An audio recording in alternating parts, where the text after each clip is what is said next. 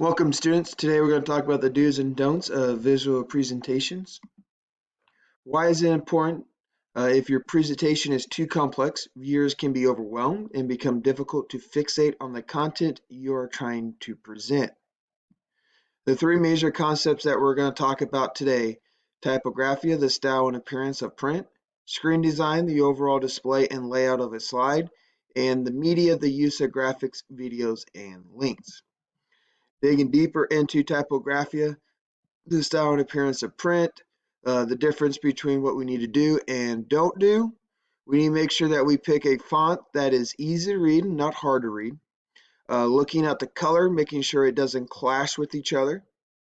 Font that is way too small. A good starting point would be size 18. And making sure that we don't have too much information, thinking that less is more.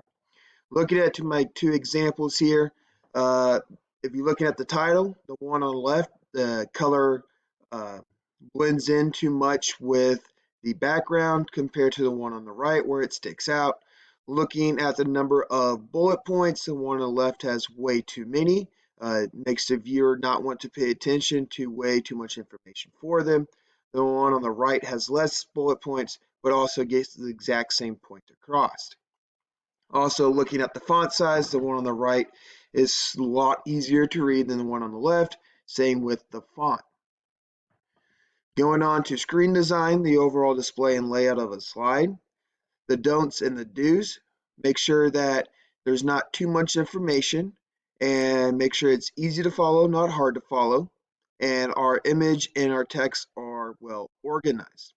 Looking at the example on the left, there's way too much information. The viewer will look at that and not want to read it because there's too much going on compared to the one on the right.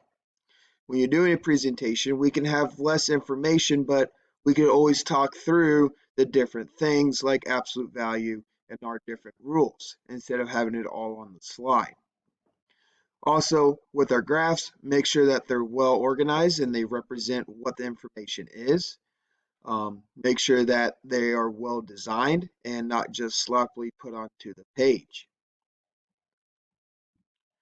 When thinking about media, the use of graphics, videos, and links, the do's and the don'ts: make sure the photos are relative, the links are working and well organized, make sure there's not too many, and make sure that the image come out clear and not blurry.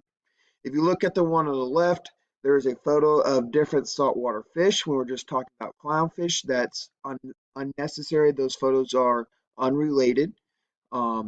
If you look at the one in the middle, that's kind of covered up by the other one. It's blurry. There's watermarks on it. Okay, we want to try to stay away from those type of photos. And then if you look at the one on the top left, you can't really see the fish. You're not getting a good representation of what that fish looks like. Also, the background kind of clashes with the photos.